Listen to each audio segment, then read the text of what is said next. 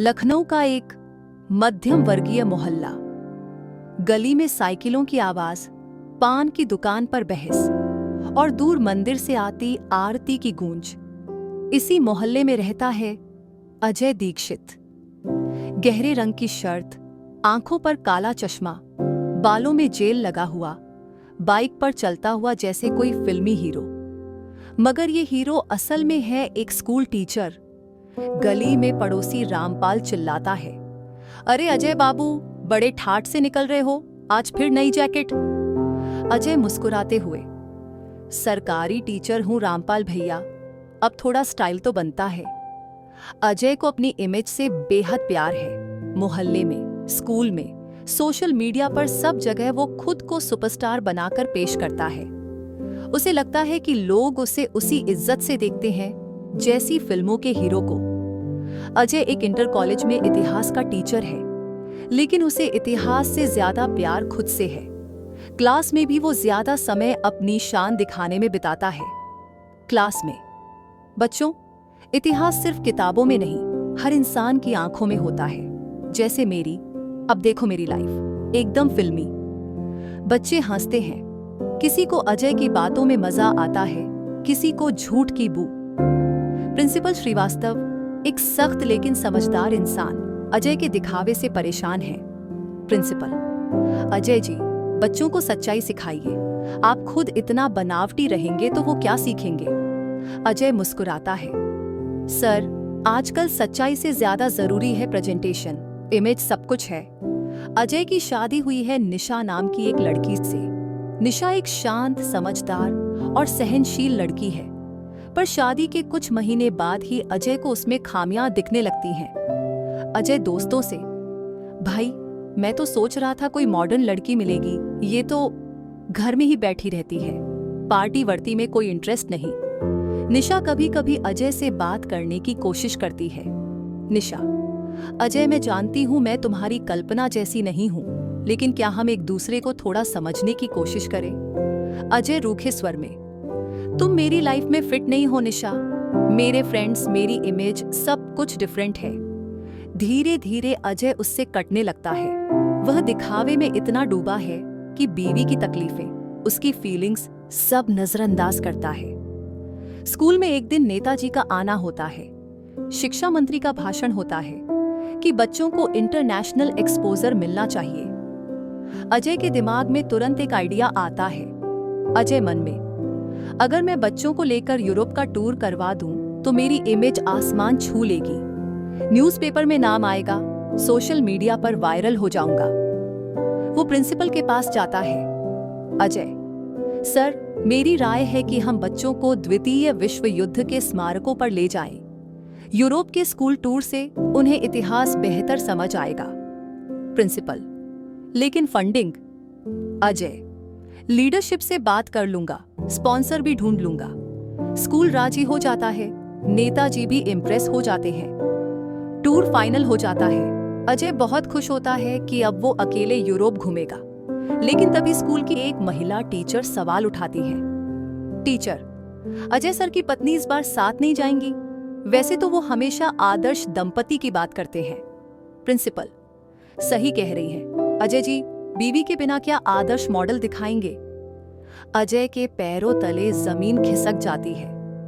अजय मन में, अब तो निशा को ले जाना पड़ेगा, वो भी पूरे यूरोप टूर में, बवाल है भाई। वो निशा के पास जाता है। अजय, निशा, तुम चलोगी मेरे साथ यूरोप? स्कूल ट्रिप है, थोड़ा दिखावा करना है बस। निशा, दिखावा? शादी को भी प्रोजेक्ट बना लिया तुमने अजय। अजय, जो भी है चलो, वरना मेरी इमेज की बैंड बज जाएगी। निशा चुपचाप हामी भर देती है। सफर शुरू होता है। अजय, निशा और स्कूल के कुछ प्रतिनिधि यूरोप के लिए रवाना होते हैं। एयरपोर्ट पर अजय, लाइफ में पहली बार इंटरनेशनल फ्लाइट, अब सबको बताऊंगा जब मैं पेरिस में था। निशा थोड़ा उत्साहित है, लेकिन अजय का व्यवहार देखकर निराश भी। पेरिस पहुंचते हैं। एफिल टावर के सामने फोटोशूट चलता है। अजय, निशा, तुम थोड़ा दूर खड़ी हो जाओ, मैं अकेली फोटो डालूंगा इंस्टा पे। सोलो इन पेरिस अच्छा लगेगा। निशा, अकेले तो आए नहीं, फिर झूठ क्यों? अजय कुछ नहीं बोलता। पेरिस में एक वर्ल्ड वॉर म्यूजियम में जाते हैं। गाइड बताते हैं कि कैसे जर्मन सैनिकों ने फ्रांस पर हमला किया। गाइड: द्वितीय विश्व युद्ध का पहला हमला फ्रांस पर हुआ था। नाजी टैंकों की गूंज से ये शहर कांप उठा था। निशा: इतिहास सिर्फ किताब में नहीं होता, ये जगह चीखती हैं। अजय: सुन पा रहे हो? अजय चुप होता है। पहली बार वो महसूस करता है कि यह टूर महज दिखावा नहीं, इतिहास की पीड़ा का आईना है। पेरिस के बाद अगला पड़ाव है एम्स्टर्डम, नीदरलैंड की राजधानी। शहर खूबसूरत है, नहरों की कतारें, साइकिलें, खुले बाजार। लेकिन इस शहर के दिल में एक गहरी दर्द भरी कहानी छिपी है, एनी फ्रैंक की डायरी। गाइड: आप अब एनी फ्रैंक हाउस देखने जा रहे हैं, जहां एक छोटी लड़की ने छिपकर जिंदगी के सबसे भयावह दिन काटे थे। निशा भावुक होकर: एक छोटी बच्ची जो सिर्फ इसलिए मारी गई क्योंकि वो यहूदी थी। अजय धीरे से: इतिहास की किताबों में जो पढ़ा था अब आंखों के सामने है। निशा: पहली बार महसूस कर रहे हो ना कि इतिहास सिर्फ अंक नहीं होता, जिंदा दर्द होता है। एम्स्टर्डम की सड़कों पर चलते हुए निशा धीरे धीरे अजय से खुलकर बात करने लगती है। निशा: अजय, क्या कभी तुमने सचमुच खुद को देखा है? उस नकली इमेज के पीछे क्या है, जानते हो? अजय: मैंने तो बस वही बनने की कोशिश की जो लोग देखना चाहते हैं। बचपन से ही सिखाया गया लोगों को दिखाओ कि तुम सबसे बेस्ट हो, वरना कोई पूछेगा भी नहीं। निशा: लेकिन रिश्ते दिखाने के लिए नहीं होते, निभाने के लिए होते हैं। अजय निशा को पहली बार गंभीरता से सुनता है। अगला शहर बर्लिन, जर्मनी। यहाँ का माहौल भारी है। द्वितीय विश्व युद्ध का गढ़ और हिटलर की क्रूरता की यादें हर दीवार में गूंजती हैं। गाइड: अब आप देखेंगे वह जगह जहां हिटलर का अंतिम बंकर था। यहीं उसने आत्महत्या की थी। अजय स्तब्ध हो जाता है। बंकर अब एक पार्किंग स्थल में बदल गया है, कोई निशान नहीं। अजय: इतना बड़ा शैतान और अंत में बस एक गड्ढा। गाइड: इतिहास कभी कभी सबसे बड़े अपराधियों को भी गुमनाम कर देता है, लेकिन पीड़ा को नहीं। अजय और निशा एक और जगह जाते हैं, एक मेमोरियल, जहां यहूदियों को गैस चैम्बर में डाला गया था। गाइड: यहां बच्चों, बूढ़ों और औरतों को झूठ बोलकर गैस चैम्बरों में भेजा गया। वे सोचते थे कि उन्हें नहाने ले जाया जा रहा है, लेकिन फिर गैस छोड़ी जाती थी और मौत। निशा कांपती हुई: क्या इंसान इतना निर्दयी हो सकता है? अजय टूटे स्वर में: ये सब सिर्फ इसलिए क्योंकि वे यहूदी थे। अजय को लगता है जैसे उसके नकली जीवन का पर्दा फटने लगा है। उसे समझ आने लगता है कि जिन चीजों की वह नकल करता आया है, असल में वे कितनी गहरी और गंभीर थीं। एक रात होटल के कमरे में निशा चुपचाप बैठी होती है। अजय उसके पास आता है। अजय: क्या मैं जान सकता हूं तुम इतनी शांत क्यों हो? हमारी शादी के बाद तुमने कभी खुद को मेरे सामने खोला ही नहीं।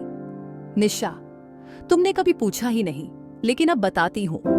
निशा बताती है कि उसे एपिलेप्सी, दौरे पड़ने की बीमारी है, जिससे उसकी शादी के बाद अजय के परिवार और समाज ने उसे कमतर मान लिया। निशा: तुमने मुझसे शादी इसलिए की थी क्योंकि मैं सुंदर थी, लेकिन जब तुम्हें मेरी बीमारी पता चली, तुमने मुझे बोझ समझ लिया।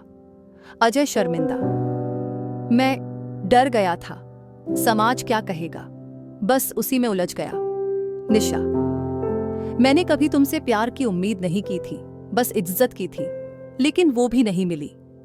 अजय पहली बार अपनी आंखों में आंसू महसूस करता है। यात्रा के अंतिम दिनों में अजय एक बदला हुआ इंसान नजर आता है। अब वो अपने इंस्टा फॉलोअर्स की नहीं, निशा की परवाह करता है। अब वह कैमरा के लिए नहीं, खुद के लिए मुस्कुराता है। अब वो इतिहास को सिर्फ टूर गाइड की आवाज में नहीं, अपनी आत्मा में सुनता है। वह एक वॉर मेमोरियल में जाकर झुकता है, फूल चढ़ाता है। निशा उसके बगल में खड़ी होती है। अजय: शायद मैंने देर कर दी, लेकिन अब मैं समझ गया हूं, तुम्हें नहीं, खुद को साबित करना था मुझे। अजय और निशा भारत लौटते हैं। मोहल्ला फिर वैसा ही है, पान की दुकान, स्कूटर और सवाल। लेकिन इस बार अजय को फर्क नहीं पड़ता। वह सीधे निशा का हाथ पकड़कर उसके साथ बाजार जाता है। रामपाल: अरे अजय बाबू, यूरोप ट्रिप के बाद तो और चमक रहे हैं। अजय मुस्कुराता है। नहीं भैया, अब तो बस अपने आप में चमक रहा हूं। वह स्कूल में बच्चों को पढ़ाता है, लेकिन इस बार दिखावे से नहीं, दिल से। अजय क्लास में: बच्चों, इतिहास सिर्फ तारीखों का हिसाब नहीं है।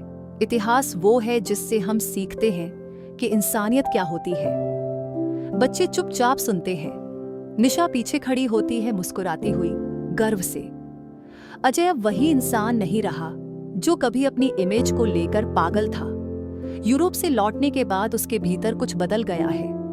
वह सुबह जल्दी उठता है, दौड़ लगाता है, किताबें पढ़ता है, और सबसे बड़ी बात, अब वह निशा के लिए दरवाजा खोलता है, उसके लिए चाय बनाता है। अजय मुस्कुराते हुए: तुम्हें तो ब्लैक टी पसंद है ना? निशा चौंक कर: तुम्हें याद है? अजय: अब मैं याद रखना सीख रहा हूं, सिर्फ नाम नहीं, एहसास भी।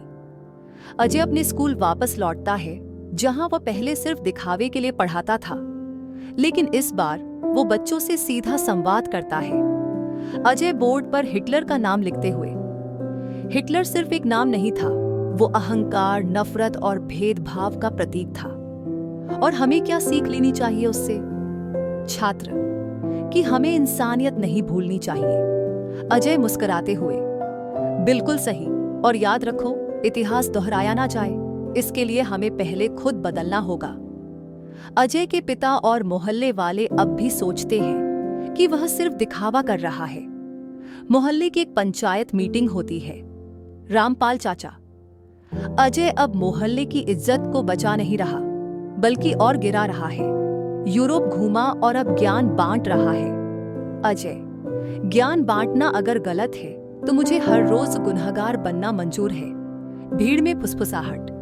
पहली बार अजय ने सही बोला। अजय को अब फर्क नहीं पड़ता कि लोग क्या कहेंगे। वो अपने रास्ते पर चल पड़ा है।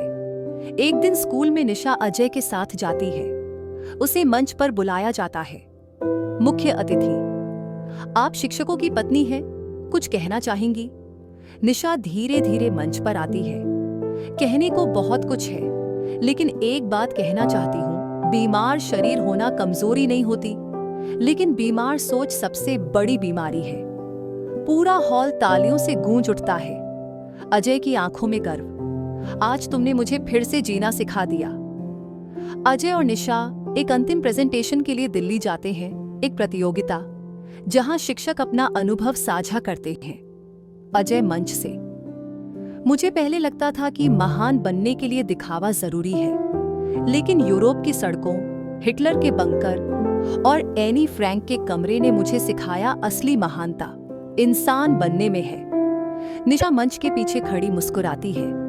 अजय आगे बोलते हैं: एक पति के रूप में मैंने असफलता पाई, एक बेटा बनकर खुद को खो दिया, एक शिक्षक बनकर सिर्फ गिनती की, लेकिन अब मैं इंसान बनकर जीना चाहता हूं। पूरा हॉल खड़ा हो जाता है, तालियां, और कुछ लोगों की आंखों में आंसू। अजय और निशा एक मंदिर जाते हैं। अजय: जब शादी हुई थी तब मैंने वचन नहीं निभाए थे, अब दोबारा पूछना चाहता हूं। वो घुटनों पर बैठता है। अजय: क्या तुम मुझे एक और मौका दोगी, इस बार सच्चा पति बनने का? निशा की आंखें नम: शर्त है। अजय: क्या? निशा: इस बार हर दिन तुम्हें सच्चा इंसान भी बनना होगा। अजय: मंजूर है मैडम टीचर। अजय अब सोशल मीडिया से दूर है, लेकिन असली जिंदगी से जुड़ा है। निशा अब चुप नहीं रहती, वह खुद की आवाज है। स्कूल के बच्चे इतिहास नहीं, इंसानियत पढ़ते हैं। मोहल्ला धीरे धीरे बदल रहा है, जैसे पुराना जहर अब मिठास में बदल रहा हो। अजय के अंतिम संवाद: अगर दुनिया फिर से बवाल करे तो हमें फिर से इंसानियत से जवाब देना होगा। यही असली जीत होगी।